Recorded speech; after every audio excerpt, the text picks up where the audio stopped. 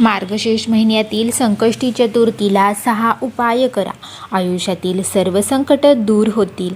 तर महिन्याला 2 चतुर्थी तिथी येतात, तेव्हा दोन्ही तिथी गजानन म्हणजेच गणपतीला समर्पित असतात. कृष्ण पक्षातील चतुर्थी तिथीला संकष्टी चतुर्थी आणि शुक्ल पक्षाच्या चतुर्थीला विनायक चतुर्थी म्हणतात. संकष्टी चतुर्थीच्या दिवशी गणपतीची पूजा केल्याने सर्व दुःख दूर होतात असे म्हणतात. जेव्हा संकष्टी चतुर्थीची तिथी मंगळवारी येते तेव्हा त्याला एकदंत संकष्टी चतुर्थी म्हणतात आणि अंगारकी चतुर्थी संकष्टी चतुर्थी आणि विघ्नराज संकष्टी चतुर्थी म्हणतात. या मार्गशीर्ष महिन्यात अंगारकी संकष्टी चतुर्थी 7 डिसेंबरला येत आहे आणि या दिवशी काही विशेष उपाय केल्यास भक्ताचे सर्व त्रासातून मुक्ती होते.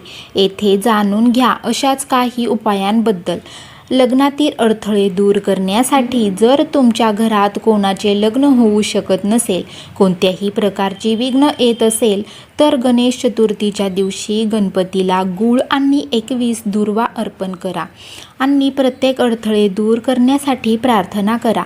यामुळे लग्नात येणारे सर्व अडथळे हळूहळू दूर होतील आणि आर्थिक समस्या सोडवण्यासाठी मदत होईल. घरातील आर्थिक विघ्नवंचना दूर करण्यासाठी गणपतीला शुद्ध तूप आणि गूळ अर्पण करा. जर तूप गायीचे असेल तर ते अधिक चांगले आहे.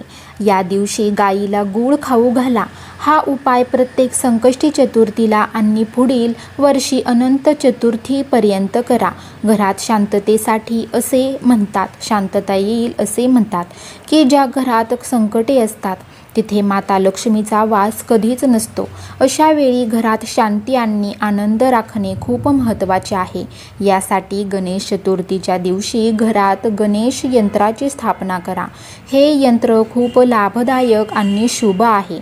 या यंत्राची प्रतिष्ठापना केल्याने घरात सुख शांती राहते आणि नकारात्मकता दूर होते. पुढचा उपाय आहे व्यवसायात प्रगतीसाठी.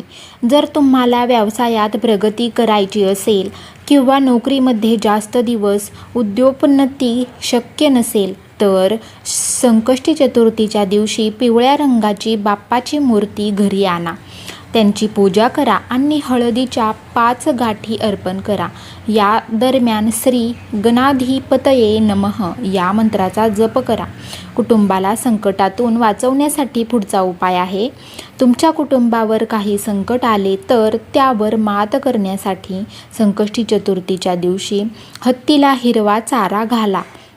गणपती गजमुख आहे असे केल्याने तो खूप प्रसन्न होतो आणि भक्तांचे सर्व संकटे दूर करतो असे मानले जाते. तर तुम्हाला यापैकी कोणता उपाय जास्त आवडला ते नक्की कमेंट करून कळवा. श्री स्वामी समर्थ. जय जय स्वामी समर्थ.